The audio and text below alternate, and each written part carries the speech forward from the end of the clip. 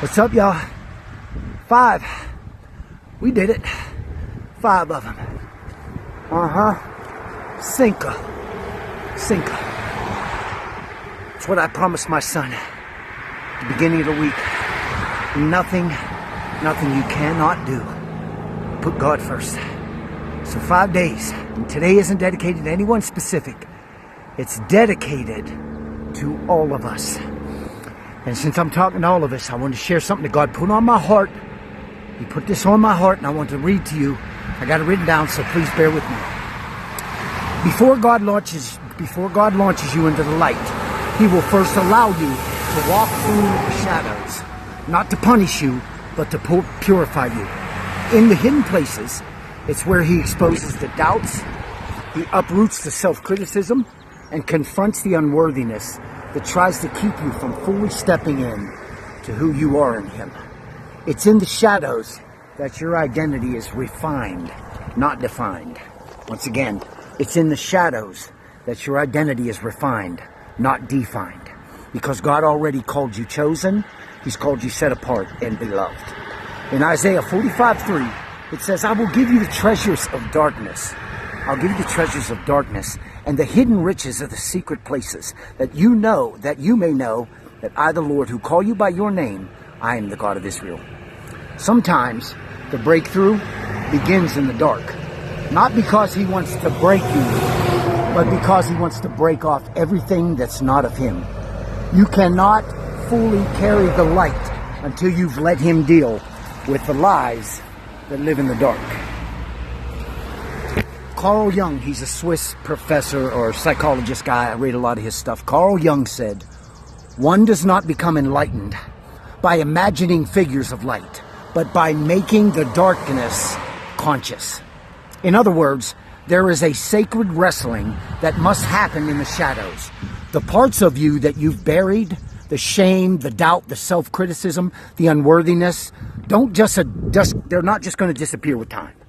They must be dragged into the light of Christ, seen for what they are, and surrendered at the feet of the one who calls you by name.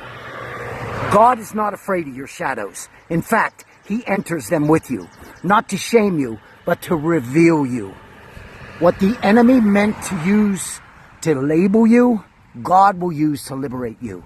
What the enemy meant to use to label you, God is going to use to liberate you.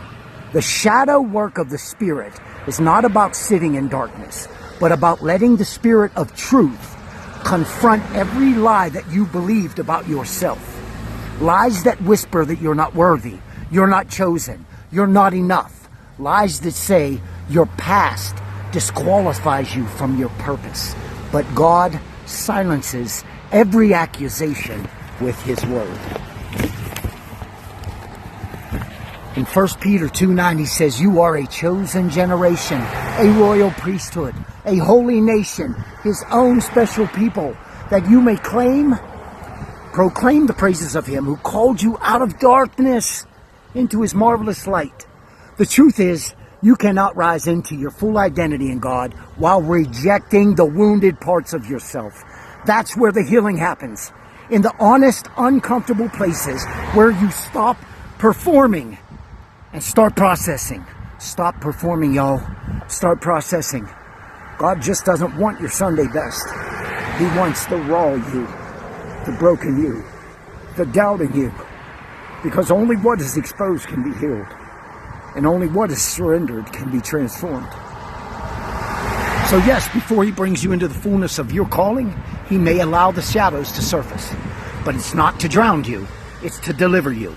The darkness is not your grave, it's your womb. The darkness isn't your grave, it's your womb.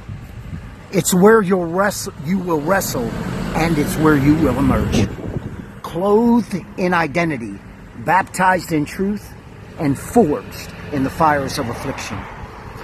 It says in Isaiah 45:3, I will give you the treasures of darkness, y'all, and the hidden riches in the secret places, that you will know that He's God. He calls you by name. He is the God of Israel.